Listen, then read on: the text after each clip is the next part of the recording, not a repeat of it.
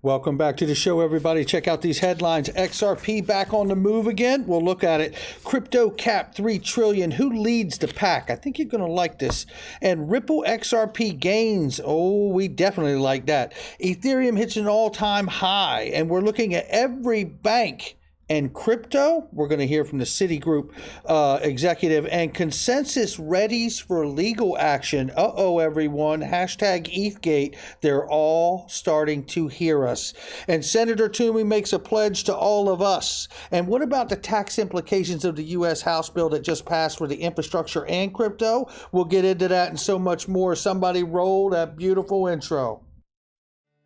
This is Digital Perspectives with Brad Kimes.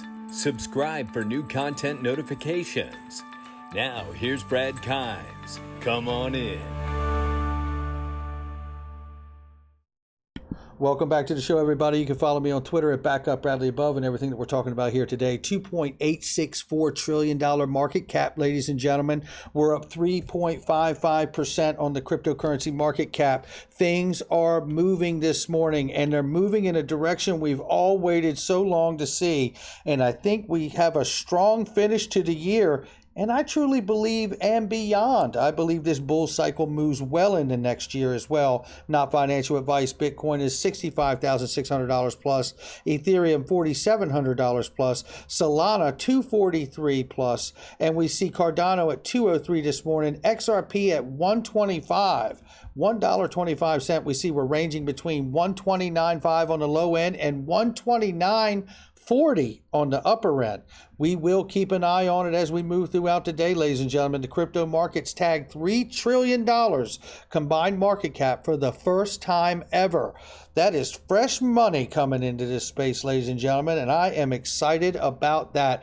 And I can't wait till we get to $5, $6, $7, $8 trillion market cap for this space and see where all the money shakes out, let alone after this case is resolved at a certain point, whether it settles or whether it goes the distance.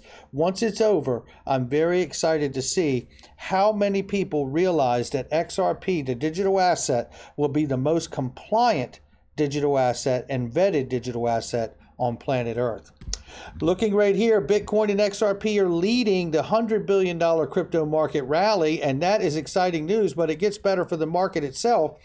Ripple gained almost 10% in the past 24 hours despite persistent regulatory woes. Today's increase in value, the seventh coin by market cap, has gained 16.62% in the past 7 days. I want to remind everybody, it's XRP, Coin Journal, not Ripple. Ripple's a company, but I'm going to let it go because we had 16.62% gains in the last 7 days. And who's upset about that? Not this guy. So looking at this, we also see all new all-time high. I can't talk this morning.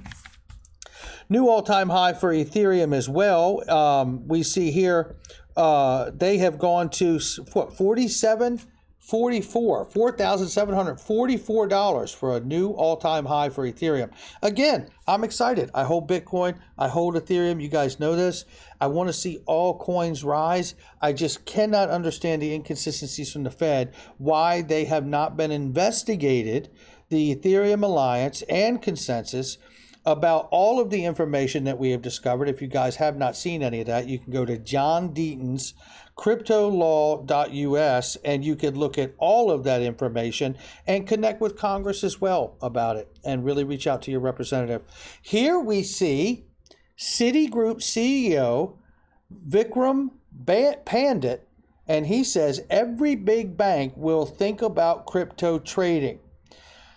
Well, listen, we know Citigroup has already thought about it, and it's happening, okay? They're not messing around. It's going down. And I tell you that if they're willing to say this to us, the retail investor, what they're really saying is we're about to offer it, right?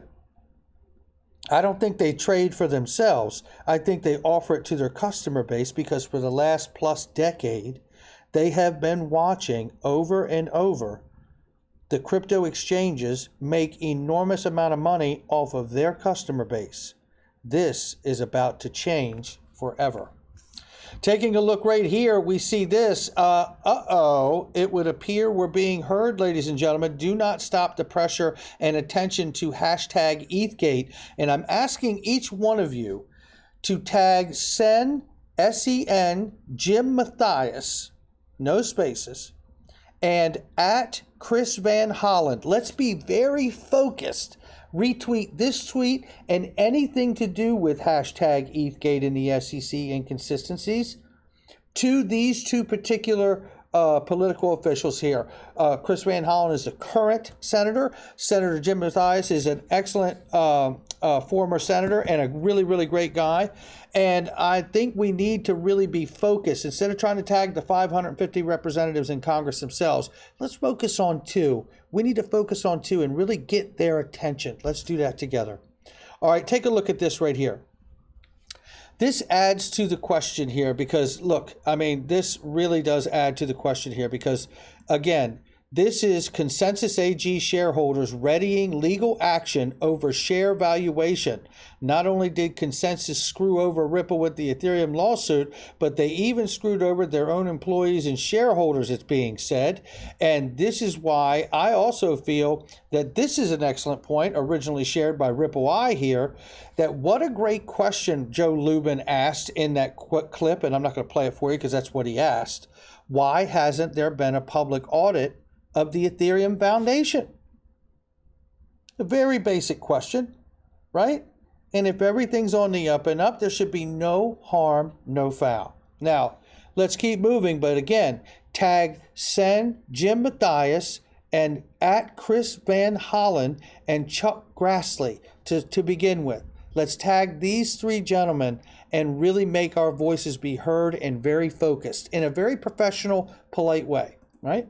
Okay, here we see a commitment and pledge from Senator Pat Toomey, and if you want to tag him as well, it wouldn't hurt, from Pennsylvania, pledged in a Yahoo Finance interview to reverse or remove anti-cryptocurrency language that Democrats added to the bill to help pay for its massive price tag.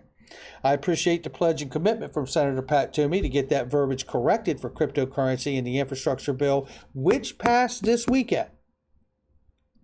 But we got to take a look at something here because there are some implications to this bad verbiage. I went over the fact that the U.S. Treasury is now really the new sheriff in town, really being the one to decipher this bad verbiage, giving them, which you could actually make a case that it's like a makeshift regulatory sandbox just by allowing the U.S. Treasury to be the ones to define this language however they feel they need to do so.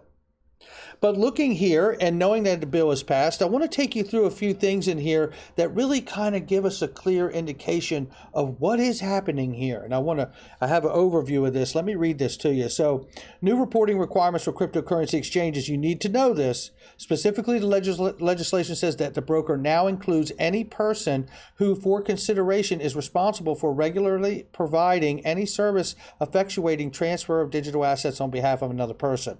The definition of digital asset, the term digital assets defined by any digital representation of value which is recorded on a cryptographically secure distributed ledger or any similar technology as specified by the Secretary, right, of Treasury. Right? Digital assets are treated like securities similar to stocks, bonds, and certain types of commodities. Did you get that? This has been an ongoing area of debate whether to classify cryptocurrencies as securities or not. So this reporting requirement finally gives some clarity. Digital assets will be treated like securities in terms of capital gains and losses in the past. Digital assets were classified as property and thus were taxed based on gains or losses. So the tax treatment of digital assets is essentially the same as before. You must pay taxes on capital gains. However, securities also face regulation from Securities Exchange Commission, SEC, and this legislation makes no mention of the SEC. Traditional securities like stocks force companies file quarterly reports, provide a prospectus detailing risk, and more. Will cryptocurrencies ever be required to file similar documents with the SEC? On October 14, 2021, Coinbase released a regulatory proposal that wrestled with whether cryptocurrencies should be regarded as securities, ultimately not making any final decision. The U.S. government has now provided some regulatory clarity, but not enough. Cryptocurrency reporting requirements: exchanges must now report information to both the IRS and to their customers. Currently, there are no reporting requirements for cryptocurrency exchanges, although some exchanges may send you tax forms. For example, Coinbase sends 1099 miscellaneous, which only covers rewards received from Coinbase, not capital gains. So, let's get to the rubber meets the road here. So what I'm seeing, and I could be wrong, I'm speculating on what I see here, but what I am seeing is the fact that it is now law. It's going to be signed into law that the exchanges must report the information to the IRS and to us, their customers, which means if you are not declaring everything that you hold, you better start. You better start, because they're going to have your information on the back end. That's what the language clearly says to me. Now, with that being said, Clinton Donnelly in the description, comment boxes, click the link, sign up. He can help you. He is the foremost authority on crypto taxes. Now, with that being said, there's another angle here too. I want to discuss now the idea that Gary Gensler has not approved a spot ETF. We've seen a futures ETF be approved, but not a spot ETF, right? And I believe that he has told us in videos past, years past, he has told us that the reason that that has not happened yet is because he hasn't had the exchanges reporting and tucked under the right regulatory framework. I believe a large part of that has just been achieved through the verbiage in this bill that I just read you. The fact that they have to report to the IRS, the fact that they have to report to their customers too, no longer a choice, voluntary option on their part or ours. I believe this is starting to take the exchanges into the framework that it needs to be, and they're not done. There'll be more to come. But to get the regulation around the exchanges the way you see it around the NYSE and the NASDAQ. And once that is in place, completely in place, I think you're going to see the approval of a spot ETF, because then they can guarantee true price discovery on whatever they approve an ETF on. And at that point, you can guarantee that if an exchange for some reason is doing something they shouldn't be doing, like front running, then they could be held accountable because the framework is in place. Not such a bad idea from that point of view in my eyes, but that's what I'm seeing at this point. Things are moving quickly. I'll tell you what else I see. Because we see that the U.S. Treasury has really been given the badge to be the sheriff in town on how to interpret all this language, I see the potential, and the window is still open in my mind, that the U.S. Treasury could be the one that comes in and designates and anoints XRP to be something other than exactly a commodity or a security. And I believe that's also why we hear Gary Gensler, when he is defending his approach to the regulatory approach to crypto, that he talks about the Howey test, and he also talks about when something is a note. And it's based on the facts and circumstances, but many of these tokens do meet the tests of being an investment contract or a note or some other form of security. And here's where I think the argument for designation and clarification or classification comes into play. When something is a note, and I have broke this down on the show before, and you could search the playlist and find this handful of videos I've done already on it. Just because something is a note doesn't mean it has to be a security. First of all, banknotes can be used effectively exactly like currency. It can be used jurisdictionless all around the world without challenging legal fiat government money. That would bring a very much an ease of comfort to all the governments and their money, and that this particular bridge currency would not be able to challenge the power of their own dollars. I think that's a very important key element there. Now, outside of that, a note does not have to be a security. In fact, there is a framework and stipulation of when something is a security as a note and when something is a non-security as a note. If something is a contract that is a note that is less than 9-month contract, it can be a non-security by default. There is another list of stipulations where if you're lending the money out to someone for their work purposes and build their business and things of that nature, it does not have to be a security either. I remind everybody, and I also believe that that is probably one of the core reasons that Ripple started their lending program with XRP asset itself, to maybe fall into that designation of the Reeves test where it could be a note but not a security. Am I speculating? You better believe I am. Is this a possibility? Yes. And the reason it's a possibility isn't because I say so. It's because Gary Gensler keeps bringing up the fact that something either passes the Howey test as a security, or it can be a note, which he may feel is a security, but it could be argued legally and ultimately decided either through court or through the U.S. Treasury regulatory bodies, FSOC or OFAC, that could come in and clearly say, or the Treasury directly, and say, no, this is a note that's a non-security note, and we are going to use it effective in the sophisticated financial institutions payment system and beyond, right? We will see. However, look at this. Here's more speculation that could be very good for the crypto space.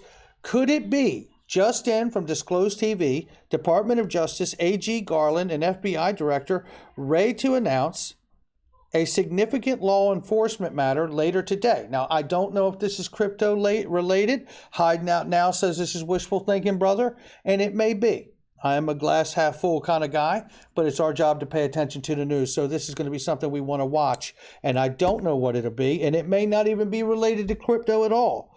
But I know one thing. I'm going to try to pay attention to everything that has an opportunity to better this space for all of us. That's going to do it for me. Make sure you hit the like and subscribe, leave a comment below, and share with somebody you know. Taxes mean more than just taxes, ladies and gentlemen. It's all about regulation and what the implications of that are. Make sure you check out all the links in the description box and the comment section. Great products and services I use each and every day. The only thing better than buying crypto is buying tax-free crypto, and you can do that with I Trust Capital. I'll catch all of you on the next one.